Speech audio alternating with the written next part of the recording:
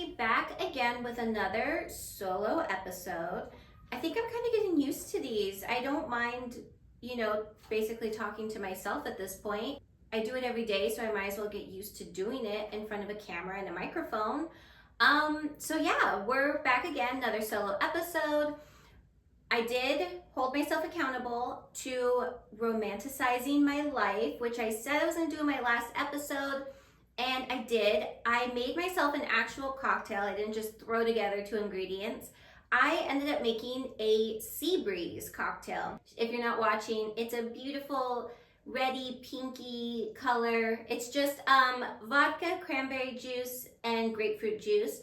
I did switch it up though. I did a new vodka that I just recently found.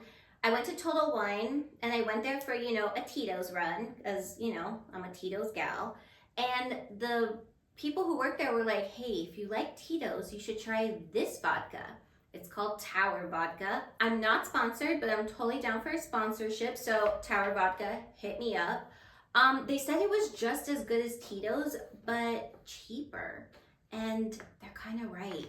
Not that I'm, totally turning my back on Tito's, but, if you're a frugal gal like myself, Tower Vodka is where it's at. I don't know if it's sold anywhere else except Total Wine. So we'll have to see.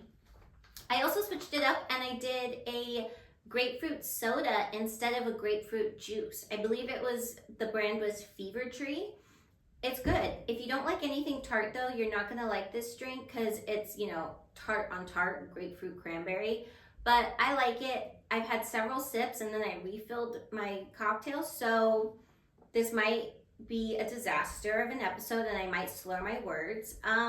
You're just gonna have to bear with me, but yeah. So I'm kind of doing a little bit of a mashup for this episode. So I'm gonna do a section, I don't know what to call it. I was like, is it like circle back? I don't know, I kind of want a cuter name other than circle back, but I had a couple people write in questions or a response to a question I'd already asked, and I need to address it. But if you can think of a better title other than circle back, please let me know. The first one is on the anonymous post from last week involving, she was at a university party and she bit her crush randomly and she didn't know why. I said I do the same thing, but I don't bite random people. So let's just make that clear. But I said if anyone wants to diagnose what the hell that is, because it's odd, it's an odd thing to do. Someone wrote in and they said, quote, "It's called cute aggression. It is described as the feeling of wanting to squeeze, bite, or pinch something adorable without any real intent to cause harm." And I thought that was a perfect statement because I'm not trying to hurt anybody, and I don't think the girl from last week was trying to hurt her crush. She just, I don't know, thought he was cute and decided to take a chomp. I don't know. So if I bite you, it's just me calling you cute. And I would really love to not have any pushback on that. Please and thank you. You're the best. And then I got a question. The person said, I also didn't know if I should say the person's name, so I'm just keeping these anonymous. So in the last episode, I had said that I had gotten an ear piercing for my 15th birthday. My mom took me to a piercer and said I could get anything I wanted done. I started with my ear, the top of my ear, and I had such a horrible experience that I never did anything else, including the belly button piercing that I really wanted. And I said I would have gotten more use out of my belly button piercing than the ear piercing that I got. And someone asked me, how would you have gotten more use out of your belly button piercing? And my honest answer is because when I was skinny and 22 and a hoe, everyone and their daddy would have seen that. Your girl was walking around in nothing but crop tops. And that's how I would have gotten more use out of it because no one saw my ear, especially way back when I was younger. I used to have my hair always down in a tiny ass little outfit, and that's just the way I live life. Nobody saw my freaking ears, and everyone saw my stomach and how skinny tiny I was. And those were the days. I was also thinking back on it, and I realized that My mom, she was a pretty strict woman when I was growing up, and for her to take me to go get a piercing is kind of like a little out of the ordinary for her, considering how strict she was about like everything. But I do believe she did kind of like a reverse psychology on me. She didn't mind me getting my ear pierced, and she is the one who said, let's start with the ear. I had to think back on it and was like, she did say it. I think she knew that I was going to be afraid to get anything else pierced, and it fucking worked. So since then, I haven't gotten any other piercings. I have no tattoos, and I let this ear hole close up. It's ridiculous. And even so, I tried to put on earrings like last week, and my right ear, the hole like in my normal cartilage that I got like as a baby child, that one is kind of closed up. So I almost have to get that re-pierced if I want to wear normal earrings. And I don't know if I'm going to do it, which means if you see me with earrings, unless I conquer my fear, I'm gonna have to wear like clip-ons, like, I don't know, a 2-year-old. I don't know. I'm trying to figure it out. I have a bunch of earrings that I want to wear, and I have like some really nice earrings. I just can't wear them because I can't push it through the hole. It's becoming ridiculous. Also, talking about the girl in the last episode who drunk texted her ex-boyfriend 17 times. I made the statement saying I didn't think I'd ever drunk texted an ex.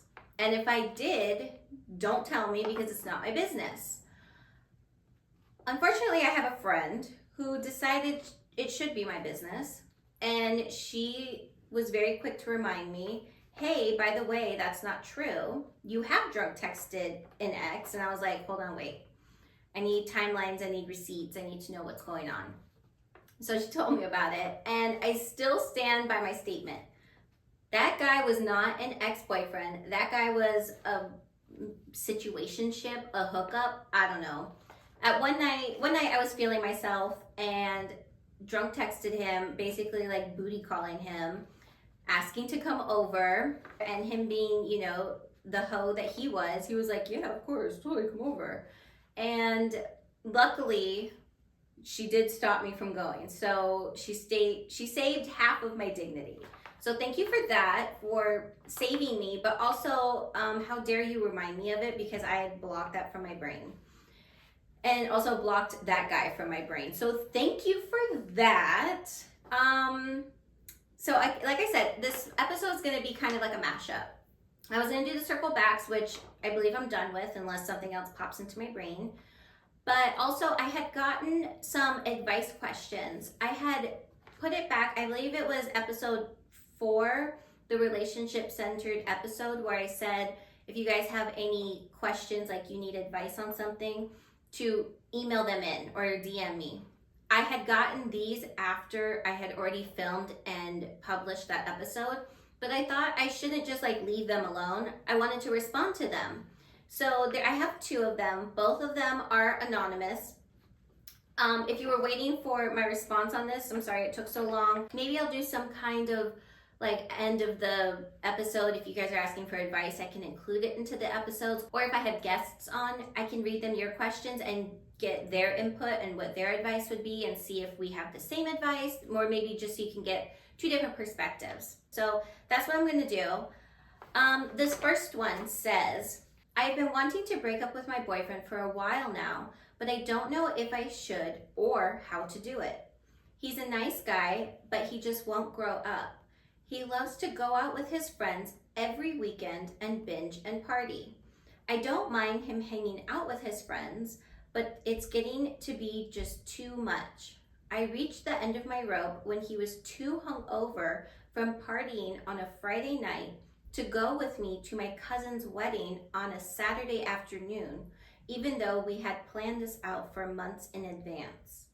We got into a huge fight, and I told him he needs to grow up, and he said he would, but now, just 2 weeks later, we are back in the same boat again, and he went out after work on Friday, and I didn't hear from him until Sunday night. I feel like I just wasted a year of my life, so what should I do? Thank you. Okay, so I'm assuming based on this that you guys don't live together because you didn't say he didn't come home. You said you hadn't heard from him. So in my mind, I guess the breakup would be a little smoother. There's no such thing as a smooth breakup, actually. I mean, I haven't experienced a smooth breakup, but I feel like it'd be like you feel like you wasted a year of your life. It would be a shame to waste even more. Not that actually, I don't think any relationship is a waste of time. I have felt that in the past, but at the same time, every relationship you have is just kind of like a lesson, which is maybe a kind of a shitty thing to say. I'm not sure, but everything that happens in your life is for a reason, which sounds really cliche, but I think he just kind of taught you what you are and aren't willing to put up with. You don't want somebody who is basically acting like a frat boy who's like, pretending to be like he's 19 still. I don't know the age that you guys are, but I mean, unless he is, 19, 20, 21, like it's time to fucking grow up. This guy obviously has Peter Pan syndrome. And I wouldn't have put up with this either. I wouldn't have put up with it for as long as you did. I think that, like you said, he's a nice guy and you were just really trying to find the good in him. I think you were maybe more in love with the potential of the relationship than the relationship in and of itself. Because I feel like that's what we kind of hold on to and why we hold on to relationships as long as we do, because we see where it could go and how happy we could be if they changed and they did this one specific thing. Like I've said it before, you can't change people. People don't want to change, and this guy obviously doesn't mind partying and kind of being a fuck up, which doesn't seem like that's the route that you're on. So I would just say, like, you guys have already had this huge fight. You might as well just not go back to that fight, but just reference that fight and say, look, we've already talked about this and you missed an important life event that I went to and that you were supposed to go with me to, and I just don't feel like this is working out. And I would just be straight up and just state it like as a fact, because that is a fact. It's what he did. It's not up for debate. That's just the facts of the matter. And that's not what you're looking for at this point in your life. And he should be respectful of that, because you can't stop a person from going out. If they're going to go out, they're going to go out. So he doesn't want to change, neither do you. So let's just part ways, and he can do what he wants to in his life, and you can move on with yours and do what you want to do. So I would be very straightforward with him, because like you said, he is a nice guy. It doesn't seem like you should be like worried about having this conversation with him. And he said he would change. That's always, famous last words. So I would just kind of cut ties and just let it be. That's my advice. Let me know how that works out if you want to.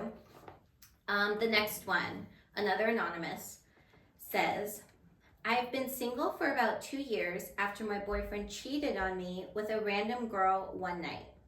I've had fun being single, but I do get lonely. I recently came back in contact with him, and he's been asking for a second chance. He says no one else measures up to me, and it was the biggest mistake losing me. What should I do?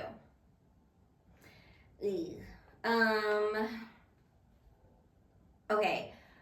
I had a hard time. I picked this one because I'm like, all right, she obviously is looking for an answer. I feel like I can't really give a great answer. That's kind of why I do want to do, when I have guests on, pull their opinion and their advice. As far as I know, famous last words again, I don't think I've been cheated on. So I don't know what it's like to go through this. I'm sorry that you're going through this. Again, if I have been cheated on, keep it to yourself. Because, I mean, at this point, I wouldn't give a fuck, but let's just move on. But I don't know. It feels, so you obviously broke up after the cheating, and I would say that that's kind of hard to come back from. It has been 2 years, so you obviously have had some time to heal. He's had time to move on and realize what a mistake it was. But at the same time, like, why did he make the mistake to begin with? I personally would have a hard time trusting him again. But with that said, if you do decide to get back together with him, that means you are letting go of the cheating. You can't bring it up in fights again. If you guys are willing to move past this and work through it, you gotta just actually do that, move past it and work through it. So it's up to you if you're able to move on and trust him again, because there are going to be nights where he does go out. Are you going to trust him to not cheat on you when you go out? I personally wouldn't. And that's why if I was cheated on, I would just straight up cut ties. I do have an easy time doing that, but everyone's different. So that's up to you. I personally probably wouldn't go back with him. And if you want to just sleep with him just for like old time's sakes, cool, fun. But I wouldn't seriously get back together with this guy, because I think that, in my personal opinion, I think I would just always have that in the back of my mind where I think they're going to do it again, and then you can never be happy and trusting in the relationship. And if there's no trust in the relationship, then it's just doomed from the start. So that's my personal opinion, but everyone's different. Some people can move on from it, and I mean, some people, are married and they get cheated on and they stay together and everything works out and it's happily ever after. So don't take my advice too seriously on that. That's just what I would personally do. All right, so that was it for the questions and advice. The next, I have 3 gremlin stories that I picked. Again, I still have some sitting in my inbox. These aren't all the ones that are left. If I didn't pick yours, I will get to it. I'm just, like I said last week, I'm still moving slowly. I think I need like vitamins, or I don't know. I need something. Okay, so the first one, she didn't sign it, so we're gonna keep her anonymous to protect the innocent. And she says, my local dive bar is a couple doors down from Target. After one particular night, I woke up in the Target parking lot with my mouth tasting like regret and tequila.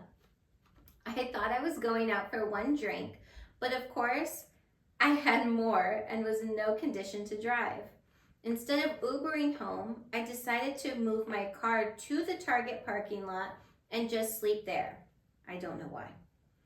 Since I was already technically at the store, I figured I should go inside and buy some hangover essentials I knew I didn't have at my house, such as electrolytes and Tylenol. But as soon as I took a few steps away from my car, I immediately threw up all over the ground. I couldn't muster up the strength to be embarrassed. I just needed to get in and get out. I have no idea if anyone saw me. I just kept my head down and kept going. I threw up a couple more times in the Target restrooms and then proceeded to gather what I needed and head home. I spent the rest of the day curled in bed and wondered if I would be able to go back to that Target or if I should just give up on life. I ended up going back a few days later because Target is life. Oh my God. Because Target is life. Girl, before Target did all their fucking DEI bullshit, I thought Target was life too. I fucking love a great Target run. I would go there thinking I need, shampoo, and I would leave, $500 later because Target told me what I needed to buy. I fucking love Target too, but I digress. Throwing up in a parking lot. When I read that, I was like, have I ever done that? And then I was horrified to remember I had. And it was a story that I kind of suppressed down, but it was 6.5 years ago, 7 years ago. But it was the first trip that I had taken with my boyfriend. And we just did kind of like a 3-day getaway. I was terrified to go on this weekend trip with him. I don't know why, maybe because I cared so much, but I was so nervous to go. I almost canceled. I live in Los Angeles. We were just gonna go down to San Diego. It's like a 2.5 hour trip. We were gonna go just like stay at a hotel, go out, and then the main thing was we were gonna go to the zoo. It wasn't the San Diego Zoo, it was the San Diego like wildlife park. So that was like our main goal of the trip. Again, I was so terrified to go. I don't know why. But I go, I'm terrified the whole ride there. I'm like, kind of like shaking and like nervous and like clicking my nails together. We eventually check into the hotel and he asked me, oh, what do you want to do tonight? And I'm like, I need a drink because your girl needed a drink.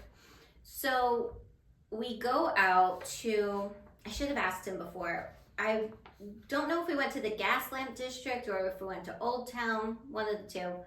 But we go and we find this fun tequila bar. This is back when I used to drink tequila on the regular. And we had copious amounts of tequila. I don't remember going back to the hotel. I was obviously a goddamn mess.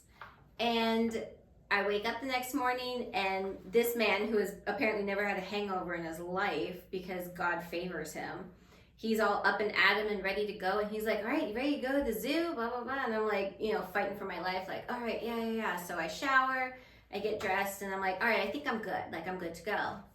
I didn't know that driving to the wildlife park was going down a winding road that's just like twists and turns and twists and turns.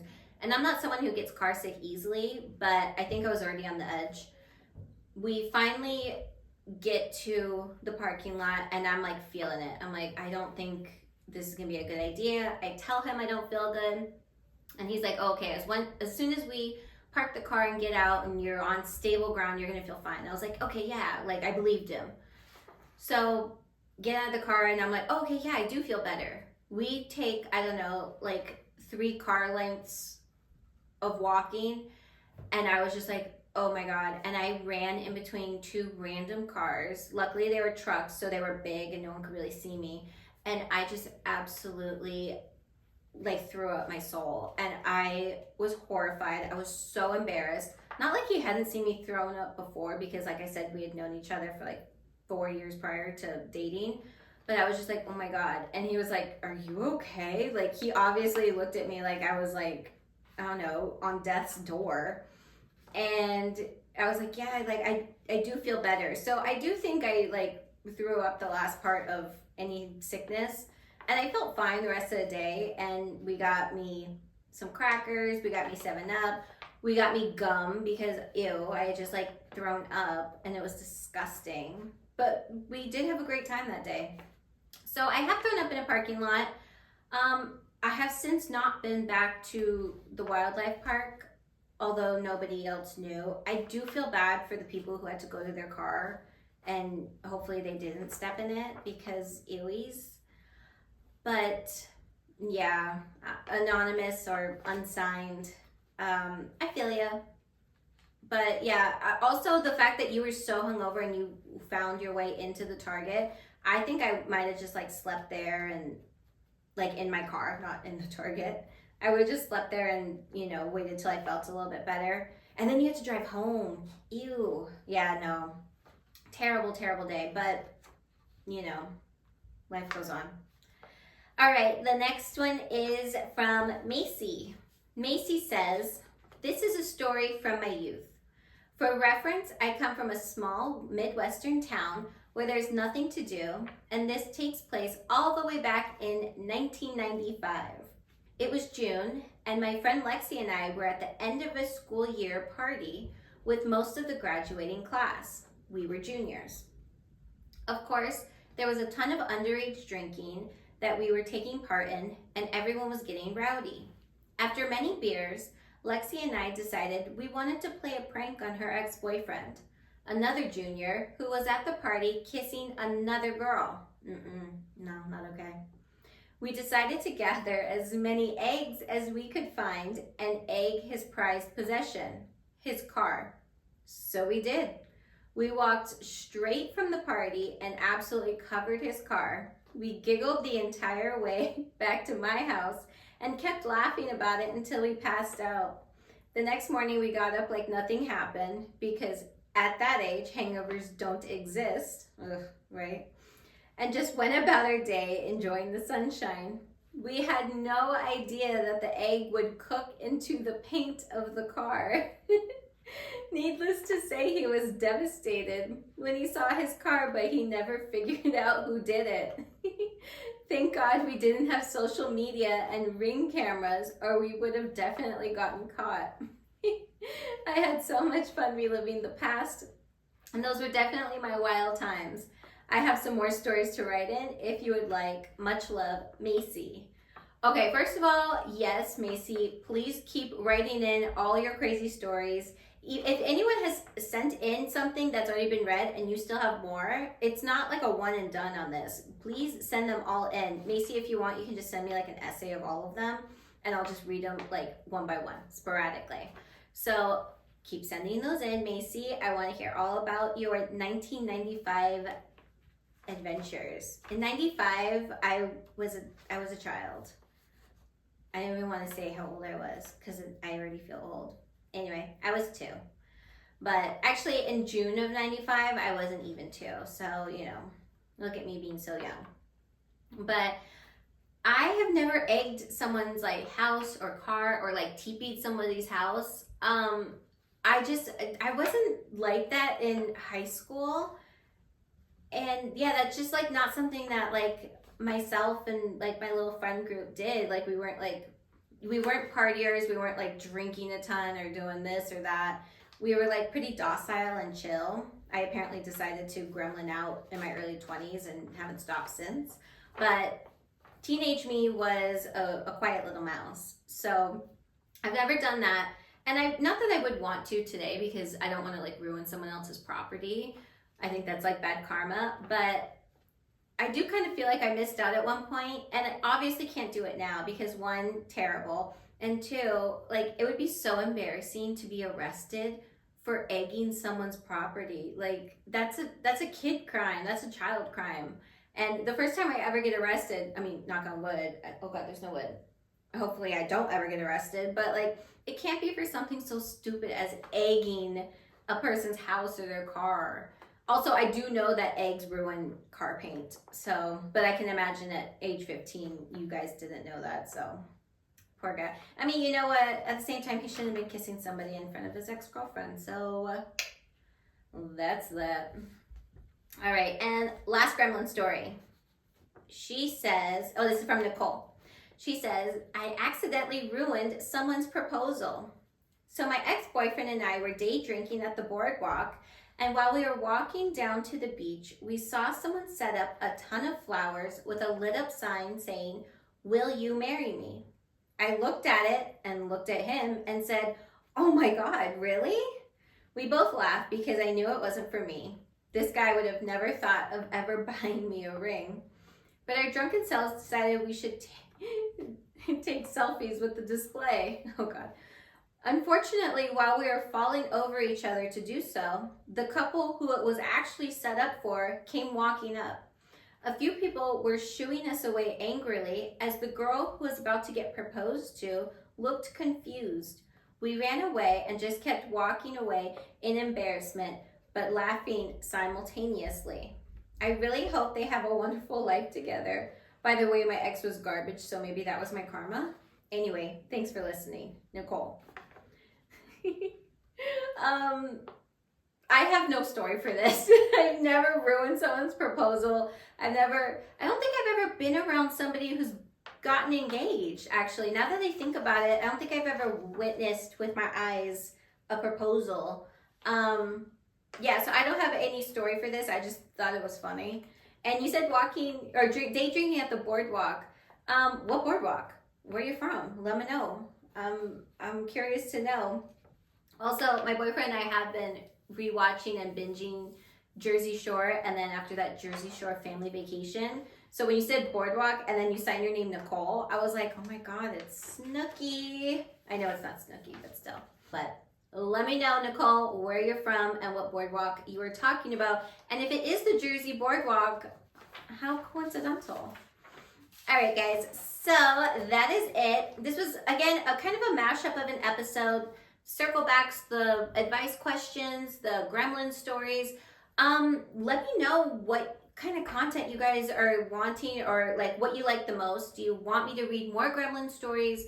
Do you want more advice questions? Like, should I throw it out there more? Like, it doesn't have to be relationship advice questions. If you just have like questions about, I don't know, life decisions or this or that. Again, not a therapist, not saying I know anything that I'm talking about, and not even that I take my own advice, but sometimes it's just nice to get an outsider's perspective. You can find me and podcast at Emily to Gremlin Pod on Instagram and TikTok. And then if you want to submit gremlin stories, if you want advice on anything, if you want to send me a snarky comment like this person who said, how would you have gotten more use out of your belly button piercing? If you have anything like that, you can email me at emily2gremlinpod@gmail.com. Also, wherever you're listening, make sure to rate the podcast 5 stars. I had said last week in last week's episode that I wanted people to rate 5 stars, obviously because I want a great rating, but because on Apple Podcasts, I had a 1-star review that I was like, oh my gosh, somebody hates it. But then I read it and it was from Harvey Butthole, great name. And he said I was promoting misandrist commentary, so he gave me 1 star. I had called him out on last week's episode just as a way to say, hey, rate the podcast 5 stars so we can get rid of his comment. And he took the review down. So I'm like, wait, is he still listening even though he gave it a 1 star? What an odd duck. I didn't know what to do with that. So if you're listening, Mr. Butthole, sorry you hate this podcast, but also why are you still listening? It's so odd. But cool, thanks for the engagement. Always happy to get more downloads for each episode. So yeah, if you want to rate this podcast wherever you're listening, whether it be Apple Podcasts, Spotify, iHeartRadio, Listen Notes, Podcast Index. Oh my God, I did like a whole post on it. There's so many different ones. Make sure to rate it 5 stars to get those reviews up and get my follows up. You can send in your gremlin stories, advice questions to emily2gremlinpod@gmail.com, and make sure to give me a follow on TikTok and Instagram, Emily2gremlinpod.